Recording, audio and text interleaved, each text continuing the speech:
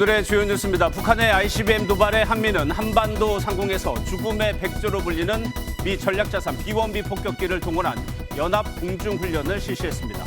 앞서 미 백악관은 필요한 모든 조치를 취하겠다고 밝혔고 독일 뮌헨에서 긴급 회동한 한미일 외교장관은 대북 제재 강화를 강조했습니다.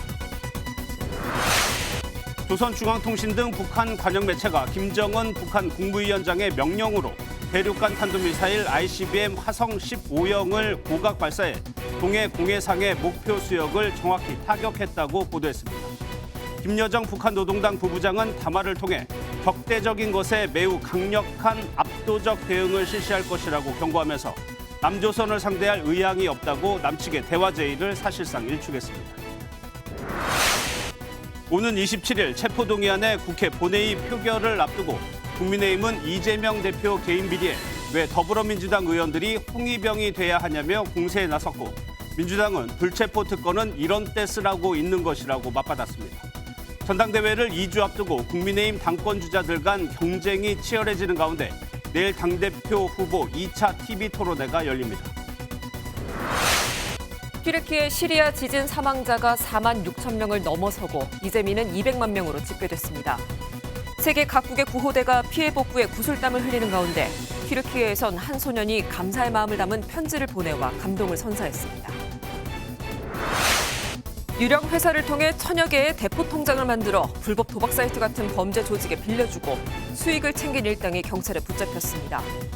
폭력 조직이 주도한 것으로 조사됐는데 대포 통장으로 거래된 불법 자금 규모는 12조 8천억 원으로 역대 최대입니다. 수도권과 중서부 지역의 초미세먼지가 차츰 해소되는 가운데 내일은 대관령 아침 기온이 영하 9도까지 떨어지는 등 반짝 추위가 찾아오겠습니다. 중국발 황사가 유입돼 서해안과 서쪽 지역에 영향을 미치겠습니다.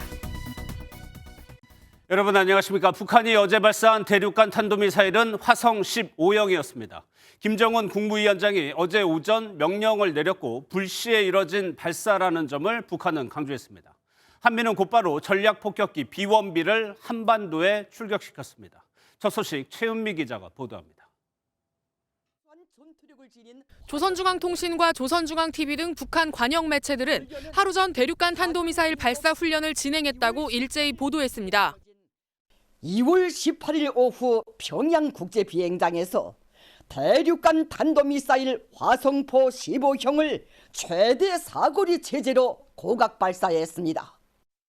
최대 고도 5,768km까지 상승해 989km의 거리를 4,015초간 비행하고 동해 공해상의 목표물을 정확히 타격했다는 설명입니다. 미사일이 떨어지는 모습은 일본 자위대 전투기에도 포착됐습니다. 북한 매체는 이번 훈련이 김정은 국무위원장의 명령에 따라 불시에 이뤄졌다는 점을 강조했습니다. 어제 오전 8시에 화성 15형을 기습 발사해 무기 체계의 신뢰성을 재확인하라는 김 위원장의 명령서가 하달됐고 그에 따라 발사 훈련이 이뤄졌다는 설명입니다. 앞으로 한미 움직임에 따라 언제든 추가 도발을 계속할 수 있음을 시사한 것이란 분석입니다. 언제든지 한미에 대응해서 자신들이 핵을 사용할 수 있는 능력을 보여주겠다 하는 그런 의도가 있다고 판단이 됩니다. 다만 전체적으로 준비 시간이 9시간이 넘어가기 때문에 사실상 그 실전에서의 활용도는 아직은. 한미는 북한의 도발에 대응해 오늘 한반도 상공에서 미국 B-1B 전략폭격기가 참여하는 연합 공중훈련을 진행한 것으로 알려졌습니다. MBN 뉴스 최은미입니다. 김여정 부부장은 이에 맞춰 담화문을 내고 남한을 향해 바보들, 남조선 것들이라고 막말을 쏟아냈습니다. 또 서울을 언급하기도 했습니다. 다음 달로 예정된 한미 연합훈련에 대해서는 압도적 대응을 실시하겠다며 추가 도발 가능성을 시사했습니다. 이어서 원중희 기자입니다. 김여정 부부장은 미국이 북한 관련 유엔 안전보장이사회 소집을 주도한 것을 두고 강권과 전횡, 고약한 행위라고 맹비난했습니다. 또 다음 달 예정된 한미 연합훈련에 대해서는 우리에 대한 적대적인 것에 매사 상응하고 매우 강력한 압도적 대응을 실시할 것이라고 위협했습니다. 김 부부장은 우리 정부에 대해서는 바보들, 남조선 것들이라며 막말로 깎아내렸습니다. 김 부부장은 남조선 것들을 상대해줄 의향이 없다며 바보들이기에 일깨워주는데 대륙간 탄도미사일로 서울을 겨냥하는 일은 없을 것이라고 조롱했습니다. 철저히 남한을 무시하는 전략을 통해 미국의 대북 적대 정책 폐기를 유도하겠다는 의도로 풀이됩니다. 윤석열 정부에 대해서는 한미동맹을 통해서 신냉전으로 가지 말고 미국의 그 대북 적대 정책이 빨리 철폐되도록 노력해라는 압박의 메시지도 담고 있는 것이 아닌가 이렇게. 김 부부장이 담화를 내놓은 건 지난달 27일 미국의 우크라이나 탱크 지원을 비난한 이후 23일 만입니다. 최근 김정은의 딸 김주애에 비해 위상이 낮아진 것 아니냐는 관측도 나오는 가운데 여전히 대남 대미 분야에서 존재감을 과시하려는 측면도 있다는 분석입니다. MBN 뉴스 원중입니다. 한국과 미국, 일본은 대북 제재 이행을 강화해야 한다고 강조했습니다. 특히 미 백악관은 동맹국가 필요한 모든 조치를 할 것이라는 입장을 재차 밝혔습니다. 워싱턴 최중락 특파원의 보도 보시고 북한의 도발 뉴스 추적으로 이어가겠습니다. 독일 뮌헨 안보회의에 참석 중인 한미일 외교장관이 북한 ICBM 발사에 긴급 회동을 가졌습니다. 삼국 외교수장은 단합된 모습을 보이며 북한의 유엔 안보리 위반에 대한 국제사회의 대북 제재 이행 강화를 촉구했습니다. Appropriate steps, including the effective enforcement of sanctions, and countries that have influence with North Korea should use it to try to move it from the course that it's been on now. 박진 외교장관은 북한의 고조되는 위협에 한미일 확장 억제는 강화될 것이며 안보 협력은 심화할 것이라고 말했습니다. 하야시 일본 외무상은 충격적이라며 받아들일 수 없는 행동이라고 비판했습니다. 박진 장관은 이후 한 포럼 패널로 참석해 우크라이나 전쟁이 김정은 정권을 더 과감하게 만들었다며 북한의 7차 핵실험은 게임 체인저가 될 것이라고 강조했습니다. The seventh nuclear test, which could happen at any time, it will be a game changer in a sense that North Korea could develop and deploy tactical nuclear missiles. 백악관 국가안전보장회의 NSC 성명을 통해 ICBM 발사는 유엔 안보리 결의안 위반으로 강력하게 규탄한다고 밝혔습니다. 그러면서 북한의 불안정을 가져오는 행동을 중단하고 진지한 대화 참여를 촉구하는 기존 입장을 재확인했습니다. 북한과 대화를 재개하지도 한반도의 긴장을 완화하지도 못한 채 전례 없는 북한의 도발에 바이든 행정부의 대북 정책에 회의적이라는 비판도 제기됩니다. 워싱턴에서 MBN 뉴스 최중락입니다.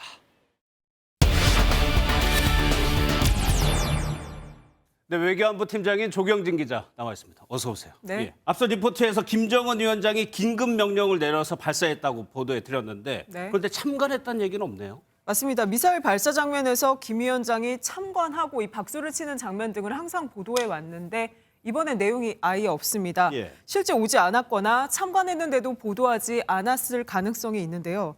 다만 이번 도발은 미사일 발사의 새로운 성능을 입증하는 등의 성과적인 측면보다는 정치적인 메시지를 전달하는 의미가 크기 때문에 김 위원장이 참관 안 했을 가능성이 있습니다. 예. 이 앞서 당 중앙군사위원회에서 김 위원장이 훈련 강화나 이 압도적인 전쟁 준비 지시를 이미 내렸기 때문에 굳이 현장에까지 나타날 필요가 없었다 이렇게도 보여집니다. 예, 김 위원장 부부장의 담화 내용도 봤습니다. 그동안에 김주에 좀 가려가지고 좀 네. 소외된 거 아니냐 분석도 있었는데 건재한 게 확인이 된 거죠. 네, 앞서 리포트에서도 봤지만 김여정 부부장이 등판을 했어요. 그리고 담화를 통해서 내용을 보면 위임에 따라 끝으로 경고한다 이렇게 밝혔죠. 예. 김여정 부부장의 역할은 지위와 상관없이 김 위원장을 대신해서 이 대외 메시지를 낼 수 있는 인물이라는 겁니다.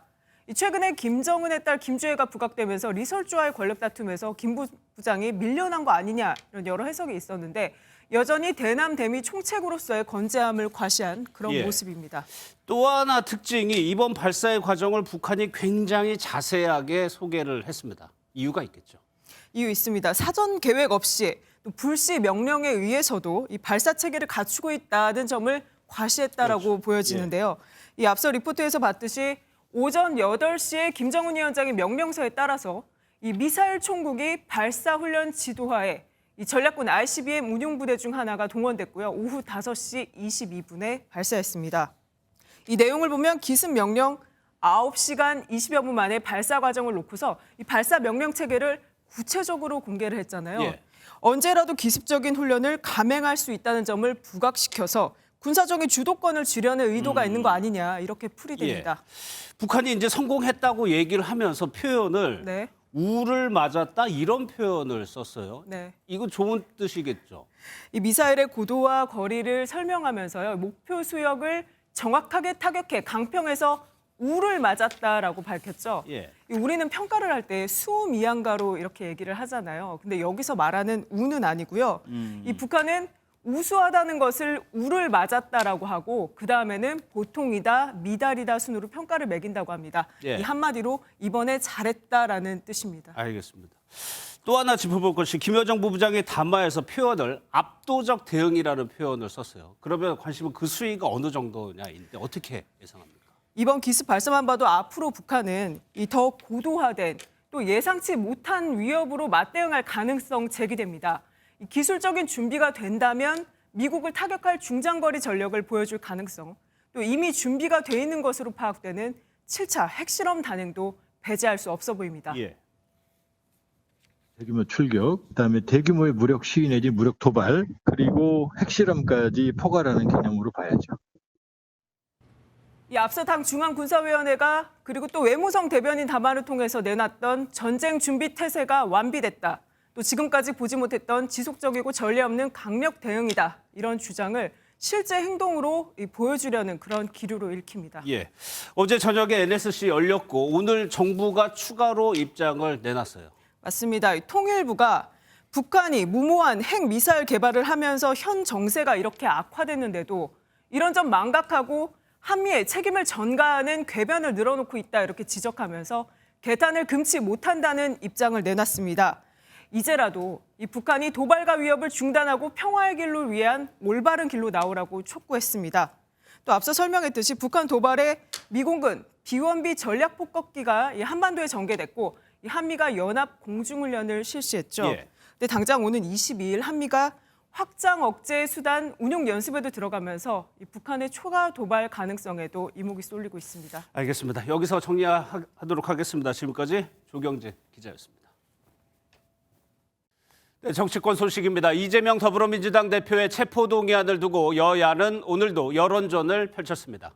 국민의힘은 개인 비리에 왜 민주당 의원들이 홍위병이 돼야 하냐고 비판했고 민주당은 불체포 특권은 이럴 때 쓰는 것이라고 강조했습니다. 안보람 기자가 보도합니다. 국민의힘이 일단 공략에 나선 건 체포동의안 통과의 열쇠를 쥔 더불어민주당 내 비명계 의원들입니다. 주호영 원내대표는 서른 의원, 김혜영 전 최고위원 등 비명계를 직접 거론하며 이탈표를 노린 여론전을 이어갔습니다. 왜 민주당 의원님들이 앞장서서 행동대원이 되고 홍위병이 되어야 하겠습니까? 내년 총선 민심이 두렵지 않습니까? 정진석 비대위원장도 SNS에서 죄가 있으면 대통령도 감옥 보내야 한다고 제일 먼저 선창한 사람이 이재명 대표라며 불체포 특권 포기를 종용했습니다. 민주당은 불체포 특권은 이런 때 쓰라고 있는 것이라며 되받아쳤습니다.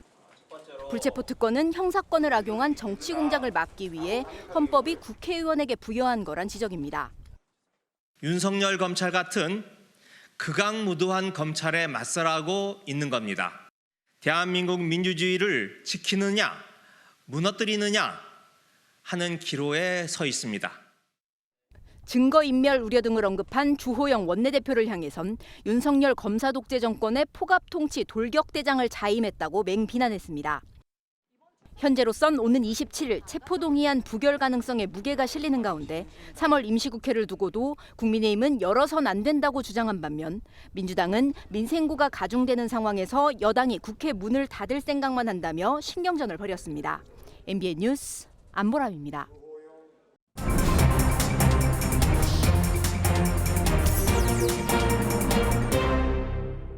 정치권 소식 살펴보는 정치 톡톡 시간입니다. 오늘은 김영 기자 나와 있습니다. 어서 오세요. 예.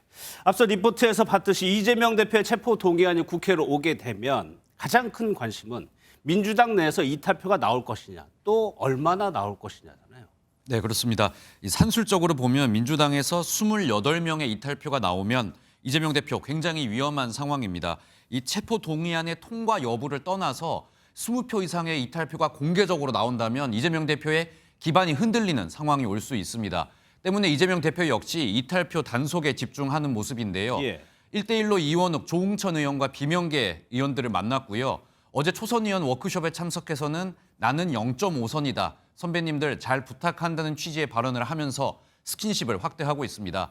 이탈표의 존재 자체가 향후 민주당의 당내 불씨가 될 수 있기 때문임을 의식한 것으로 보이는데요.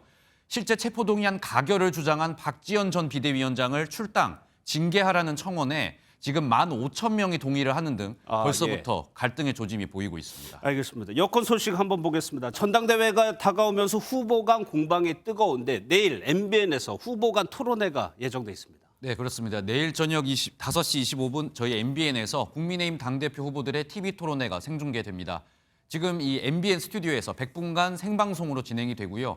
다양한 코너들을 통해서 흥미로운 토론회 준비를 하고 있습니다.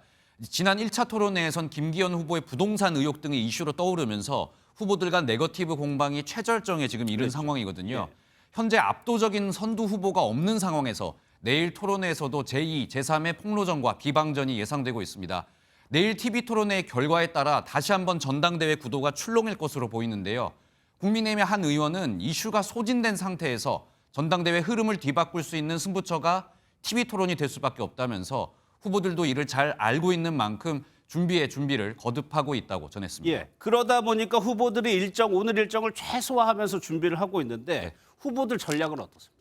네, 제가 당권 주자들에게 내일 토론의 전략 살짝 물어봤는데 물론 숨겨놓은 무기인 만큼 모두 알려줄 수는 없지만 살짝 힌트만 주는 그런 그래요? 모습이었습니다. 우선 김기현 후보 측은 지난 1차 토론회에서 집중 공격을 받았기 때문에 적극적으로 의혹을 해명하겠다는 입장입니다. 다만 다른 후보들처럼 똑같이 네거티브 대응은 하지 않겠다면서 1위 후보의 면모를 보여주겠다 이렇게 자신감을 보이기도 했습니다.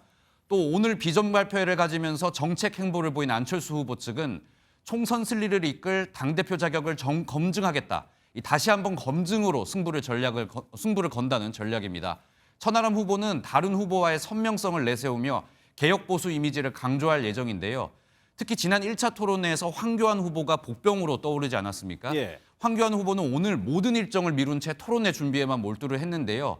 다시 한번 양강 후보에 대한 강도 높은 의혹 제기에 나설 예정이라고 내일 전략을 귀뜸해줬습니다. 5시 25분에 MBN 방송과 유튜브를 통해서 만나실 수 있습니다. 후보들의 의견과 생각을 직접 확인하실 수 있는 자리입니다.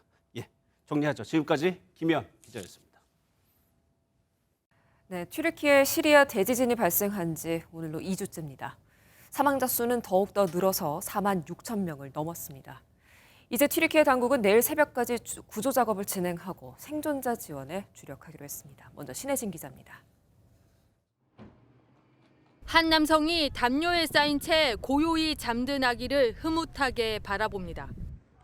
지난 6일 무너진 잔해 속에서 엄마의 탯줄이 그대로 달린 채 구조된 이 아기는 엄마와 아빠를 모두 잃고 홀로 세상에 살아남았습니다.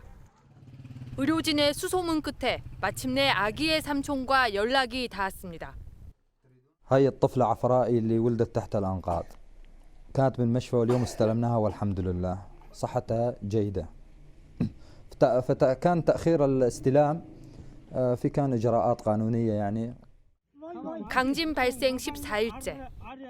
폐허 속에서 일가족 3명이 구조되는 등 기적 같은 소식이 이어지고 있지만 사망자 수는 전날보다 2천여 명 늘어 4만 6천 명을 넘어섰습니다. 이재민 수도 200만 명에 달합니다. 전 세계에서 구호 물품을 보내며 튀르키예 재건에 힘을 보태고 있지만 현실은 최악의 상황으로 치닫고 있습니다. 생존자들은 야외 천막에 의지하며 추위와 배고픔, 전염병에 맞서는 상황입니다. 튀르키예 당국은 우리 시간으로 내일 새벽까지 구조 작업을 사실상 끝내고 생존자 지원에 주력할 방침입니다. MBN 뉴스 신혜진입니다. 오늘 튀르키예 9살 소년이 우리나라에 보낸 이 편지가 굉장히 화제였습니다. 한국은 우리를 혼자 두지 않았다면서 감사를 전했고 훗날 좋은 사람으로 살아서 한국을 방문하겠다는 그런 글이었습니다. 부디 건강하게 잘 자라서 만날 수 있기를 기원해 봅니다. 장덕진 기자입니다. 여러분은 우리를 혼자 두지 않았습니다. 고맙다는 말을 어떻게 해야 할지 모르겠습니다. 지난 15일 자신을 튀르키예에 사는 9살 후세인이라고 소개한 소년이 제한 유엔 기념공원에 보내온 SNS 메시지입니다. 튀르키예어, 한국어, 영어로 쓴 메시지에는 튀르키예를 돕는 손길에 대한 감사한 마음이 담겨 있습니다. 소년은 좋은 사람이 돼 한국을 찾겠다는 말을 전하며 자신의 고향에서 보길 바란다고도 썼습니다. 글과 함께 튀르키예로 파견된 한국 긴급구호대 사진도 함께 보내왔습니다. 강진이 튀르키예를 강타한 지 14일째. 한국은 긴급구호대를 파견해 튀르키예를 돕고 있습니다. 두 나라의 인연은 이번이 처음이 아닙니다. 튀르키예는 한국전쟁 당시 2만 명을 넘게 파병해 한국을 도왔습니다. 총 1,005명이 전사했는데 전사자 462명은 유엔 기념공원에 안장돼 한국에 남아 있습니다. 소년의 편지를 받은 유엔 기념공원은 두 나라가 오랫동안 우정을 유지해 왔다며 후세인이 상냥하고 강한 사람으로 자랄 것을 믿는다고 답을 보냈습니다. 피해를 입어서 어려움을 겪고 있는 상황 속에서도 도움을 줘서 고맙다라는 그런 말을 할 수 있다는 것에 감동을. 지진으로 인해 튀르키예에 남은 상처는 크지만 폐허 속에서도 희망을 잃지 않는 한 소년의 따뜻한 마음은 큰 울림을 줬습니다. MBN 뉴스 장덕진입니다. 1,000개가 넘는 대포 통장을 개설해서 범죄 조직에 유통시킨 일당이 있습니다. 우두머리는 대구의 조직폭력원으로 이들이 만든 대포 통장으로 거래된 검은 돈의 규모만 무려 12조 원, 역대 최대입니다. 신영민 기자입니다. 경찰관이 한 남성을 붙잡고 집과 차량이 본인 소유인지 확인합니다. 본인 집 맞죠? 네, 지금 본인 차. 차량을 열어보니 시중은행에서 발급한 법인 통장이 쏟아져 나옵니다. 통장 개설자와 사용자가 다른 이른바 대포 통장인데 대구의 조직폭력배 조직원 2명이 가담해 대포 통장 유통 조직을 만들었습니다. 이들은 노숙자에게 접근해 숙소와 생활비를 지급하는 대가로 명의를 샀고 그 명의로 유령 법인을 세우고 법인 계좌를 만들었습니다. 2019년 6월부터 2022년 7월까지 개설한 대포 통장만 1,048개. 사이버 도박이나 보이스피싱에 관여하는 범죄 조직들에 한 달에 약 170만 원을 받는 조건으로 넘겼습니다. 대여료로 올린 수익만 212억 원, 거래된 규모는 12조 8천억 원으로 역대 최대입니다. 이들은 범행을 지휘하는 총책과 명의를 빌려 법인을 설립하고 계좌를 만드는 역할까지 나눠 치밀하고 계획적으로 범행을 했습니다. 추적을 회피하고자 타인명의나 아니면 유령 법인 명의 통장을 사용하는 경우가 종종 있습니다. 자신의 명의를 제공하는 행위는 자신도 모르는 사이에 법인 명의로 통장이 개설되는 수가 있어서 상당한 주의를 요합니다. 경찰은 총책을 포함한 피의자 38명을 송치하고 대포 통장 잔액 등 불법 수익 47억 원을 환수했습니다. MBN 뉴스 신영빈입니다. 전국에서 화재 소식이 잇따랐습니다. 전북 부안에선 50대 음주운전자가 주차된 관광버스를 들이받아 큰 화재가 발생했습니다. 그리고 강원도 정선 가리왕산에선 강한 바람 때문에 케이블카가 멈추는 일도 있었습니다. 이외 사고 소식들 심우영 기자가 전해드립니다.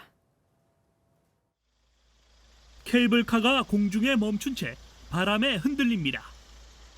오늘 오전 11시 27분쯤 강원 정선 가리왕산 케이블카가 초속 15m가 넘는 강풍으로 멈췄습니다.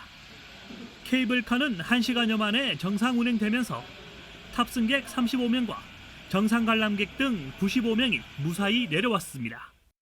바람이 강풍이 불게 되면 자동으로 멈추는 시스템이 되어 있다고 합니다. 바람에 흔들려가지고 머리 아프다는 분이랑 구토하실 것 같다는 분이 있었는데 승용차가 화염에 휩싸였고 불길은 주차된 버스로 번집니다. 오늘 오전 1시 50분쯤 전북 부안군 한 도로를 달리던 승용차가 주차된 관광버스를 들이받았습니다. 경찰은 승용차 운전자인 50대 남성이 면허 취소 수준의 만취 상태에서 사고를 낸 것으로 보고 있습니다. 어제 오후 11시 49분쯤 전남 담양군 한 주택에서 불이 나 40대 여성이 숨졌습니다. 경찰은 몸이 불편한 여성이 미처 불길을 피하지 못한 것으로 보고 정확한 사망 원인을 조사 중입니다. 걸음걸이가 힘들고 노모가 방주에 있는 병원에 입원하셔가지고 혼자 있었어요. 연탄불 교차하는 과정에서 배를 당한 것으로 지금 추정을 하고. 오늘 오전 7시 32분쯤 강원 고성군 화암사에서 화재가 발생해 3시간 만에 꺼졌습니다. 화암사는 서기 769년 신라 해공왕 때 지어진 천년사찰로 다행히 문화재 피해는 없었습니다. MBN 뉴스 심우영입니다. 직장 상사의 폭언에 극단적 선택을 한 골프장 캐디가 사망한 지 3년 만에 직장 내 괴롭힘을 인정받았습니다. 캐디와 같이 근로기준법 적용을 받지 않은 특수고용직의 직장 내 괴롭힘이 성립된 사례로 법원은 유족 측에 1억 7천만 원을 배상하라고 판결했습니다. 심가현 기자입니다. 지난 2019년 7월부터 경기도 파주의 한 골프장 캐디로 일하던 A씨. 상사의 모욕적 발언에 힘들어하다 이듬해 9월 극단적 선택을 했습니다. 상사는 A씨를 상대로 지속적으로 외모를 비하하는 등의 폭언을 일삼았습니다. A씨 유족은 해당 상사를 고용노동부에 신고했지만 캐디는 근로계약을 맺은 근로자가 아닌 특수고용직이라며 직장 내 괴롭힘법 적용이 어렵다는 답이 돌아왔습니다. 실제 근로기준법상 법 적용 대상은 사용자 또는 근로자로 한정돼 있습니다. 하지만 법원은 골프장과 해당 상사가 유족에게 1억 7천여만 원을 손해배상하라며 유족 측의 손을 들어줬습니다. 재판부는 근무 환경 악화에 따른 직장 내 괴롭힘의 민사상 책임을 인정한 대법원 판례를 들어 피해자가 반드시 근로자여야 할 필요는 없다고 판단했습니다. 또 해당 상사가 지위상 우위를 이용해 A씨에게 신체적, 정신적 고통을 주고 근무 환경을 악화했다고 봤습니다. 직장 내 괴롭힘 피해자의 범위를 좁게 해석해 왔는데 근로계약을 체결하지 않은 노동자더라도 피해자가 될 수 있다고 선언한 올바른 판결이라 하겠습니다. 그간 법의 사각지대에 놓여있던 프리랜서, 하청 노동자 등도 직장 내 괴롭힘에서 보호를 받는 계기가 될지 관심이 쏠립니다. MBN 뉴스 심가현입니다. 월급 빼고는 다 오르는 요즘인데요. 이제는 서민술인 소주값마저 오를 것으로 보입니다. 인상된 원재료 값에 출고가가 오르면 최종적으로 음식점에서 파는 소주 한 병이 6,000원이 될 것이란 예상입니다. 이현재 기자입니다. 대표적인 서민술인 소주와 맥주. 이젠 서민술이라 부르기 무색할 정도로 값이 크게 올랐습니다. 양주, 막걸리 등도 가격 인상 대열에 합류하며 지난해 주류 물가 상승률은 5.7%를 기록했습니다. 그런데 지난해에 이어 올해도 주류 가격 상승세는 꺾이지 않을 전망입니다. 오는 4월부터 맥주에 붙는 세금이 오르는 데다 소주는 원가 부담이 커졌기 때문입니다. 소주의 원재료인 에탄올 가격은 7.8% 인상됐고 공병 가격 역시 20% 넘게 올랐습니다. 소주 제품의 공병 가격 인상이랑 주스에 오르는 것 등 관련해서 인상 요인이 없다고는 할 수는 없어요. 문제는 주류 업체가 출고가를 올리면 음식점 술값은 더 오를 수밖에 없다는 점입니다. 지난해 소주 한 병의 출고가가 85원 올랐을 때 마트와 편의점은 100에서 150원, 외식업체는 최대 1,000원을 인상한 바 있습니다. 올해도 비슷하게 가격을 올리면 소주 한 병에 6,000원 시대가 될 것으로 보입니다. 물가가 많이 올라가지고 술자리 가질 때마다 조금 돈이 부담이 될 것 같기도 하고요. 아직 취업 안 한 청년들한테는 더 부담이 되지 않을까. 술을 좀 줄이는 방안으로. 이제 소주 한 잔도 부담스러운 직장인들에겐 퇴근길 한숨만 나오게 됐습니다. MBN 뉴스 이현재입니다. 택시 기본요금도 지난 1일부터 4,800원으로 올랐죠. 저희 MBN 데이터 분석팀이 택시 이용률에 변화가 있는지 살펴봤는데요. 요금이 인상되고 10% 줄어든 것으로 나타났습니다. 이혁재 기자입니다. 5km 정도 거리를 택시로 이동해봤습니다. 15분도 안 돼 요금이 10,000원을 육박합니다. 하지만 오른 요금에 비해 온종일 운전대를 잡고 있는 기사들의 호주머니 사정은 그리 넉넉하지 않습니다.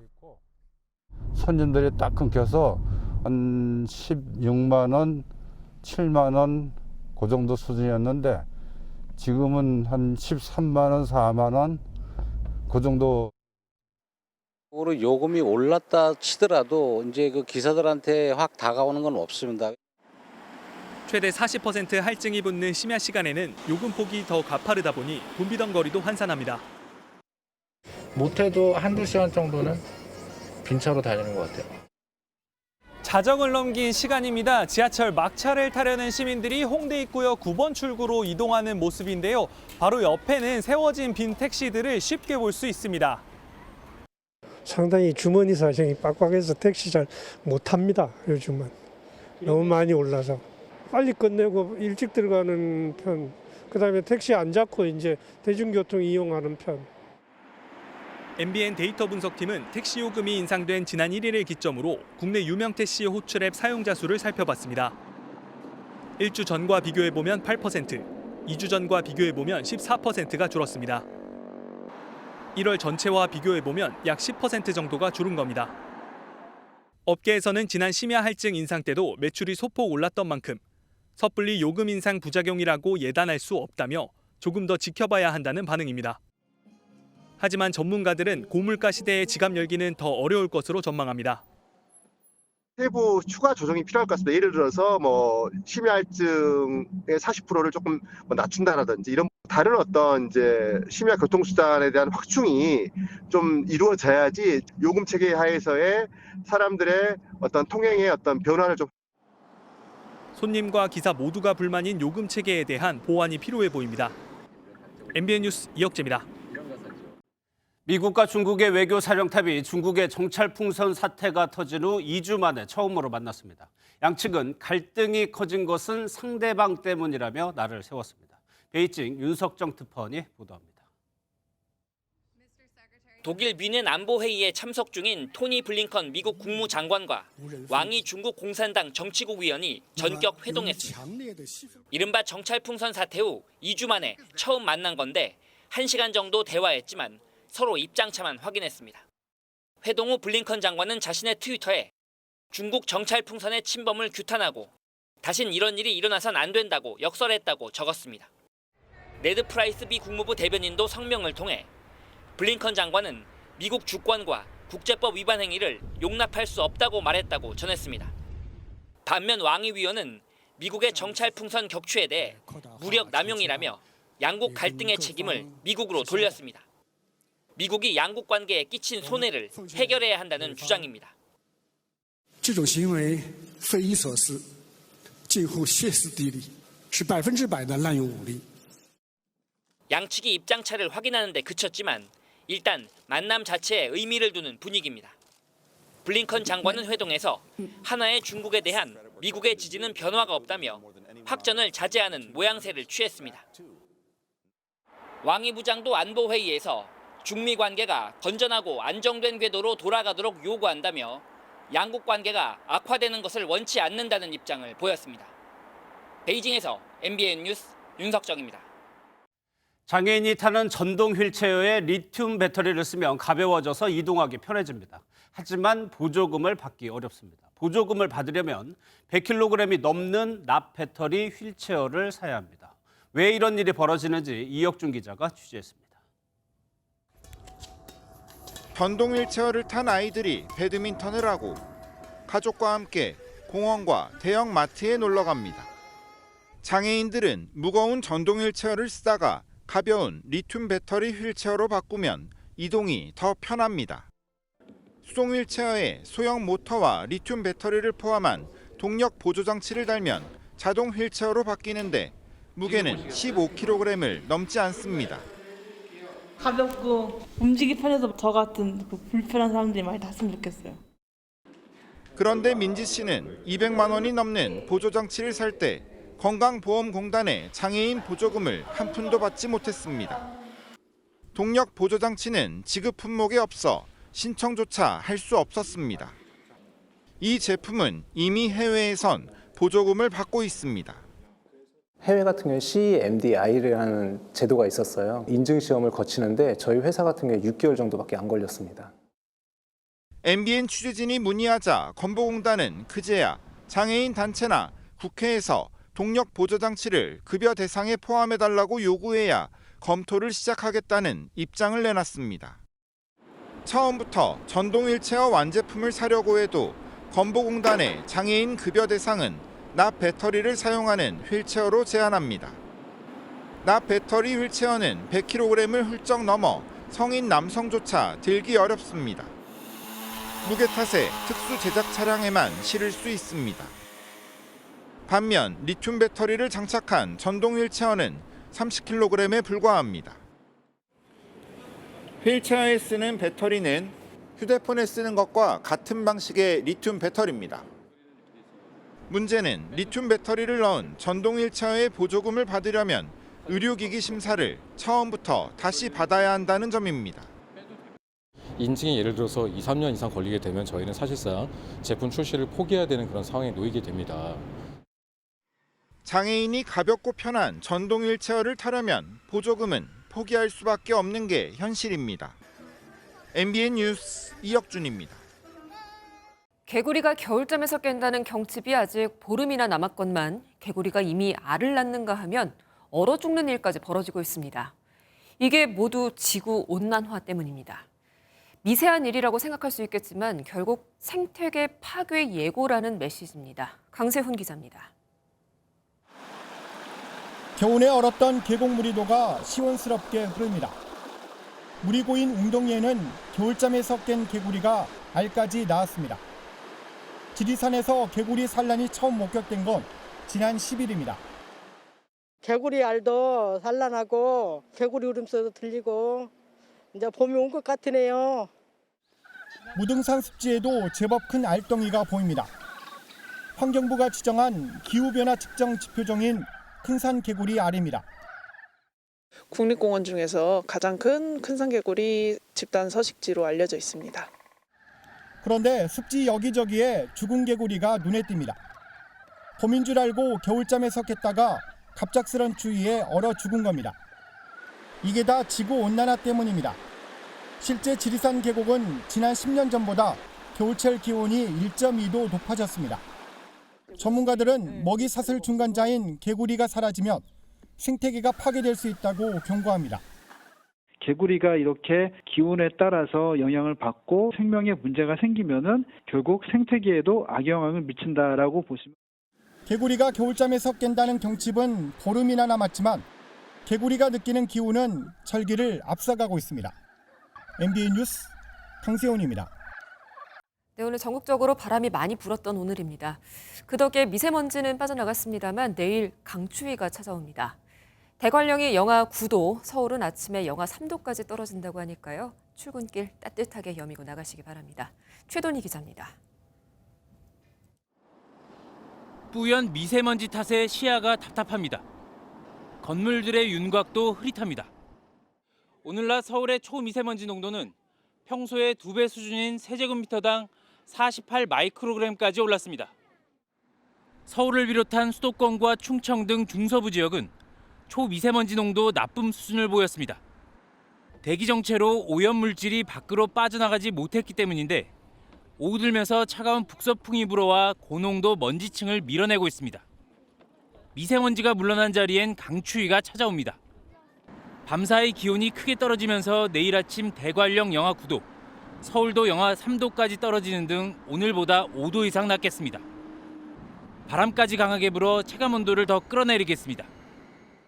북서쪽에서 찬 공기가 유입되어 추위는 다음 주 초까지 짧게 지속될 것으로 전망됩니다. 한편 오늘 오후 늦게 중국 북동부에서 발원한 황사는 한반도엔 큰 영향을 미치진 않을 것으로 기상청은 내다봤습니다. MBN 뉴스 최동입니다. 오늘 오후부터 찬바람이 불어들면서 먼지는 모두 해소됐지만 기온은 크게 오르지 못했습니다. 밤 사이에는 기온이 더 떨어지겠고 내일은 영하권 추위가 나타나겠습니다. 내일 서울의 아침 기온 영하 3도로 오늘보다 7도가량 낮겠고요. 철원 영하 8도, 대관령은 영하 9도까지 내려가겠습니다. 여기에 찬바람까지 강하게 불어 체감온도는 이보다 더 낮겠습니다. 낮에도 서울의 체감온도는 영하 2도 선에 그치며 종일 춥겠고요. 화요일 아침에는 영하 6도까지 내려가 더 춥겠습니다. 현재 동해안과 제주에는 강풍주의보가 내려져 있습니다. 이들 지역은 내일까지 초속 20m 이상의 강풍이 불어들겠습니다. 내일 하늘 표정은 대체로 맑게 드러나겠는데요. 다만 서쪽 지역은 오전에 황사의 영향으로 일시적으로 공기가 탁한 곳이 있겠습니다. 지역별 내일 기온도 살펴보시면 중부지방의 낮 기온 대부분 3도 안팎까지 오르는 데 그치겠고요. 남부지방의 아침 기온은 광주 영하 2도, 대구는 영하 1도 등 오늘보다 5에서 10도가량 낮겠습니다. 대부분 해상에는 풍랑특보가 발효 중인 가운데 물결이 최고 4m까지 높게 일겠습니다. 당분간 맑은 날씨가 이어지겠고 추위는 주 중반부터 누그러지겠습니다. 날씨였습니다.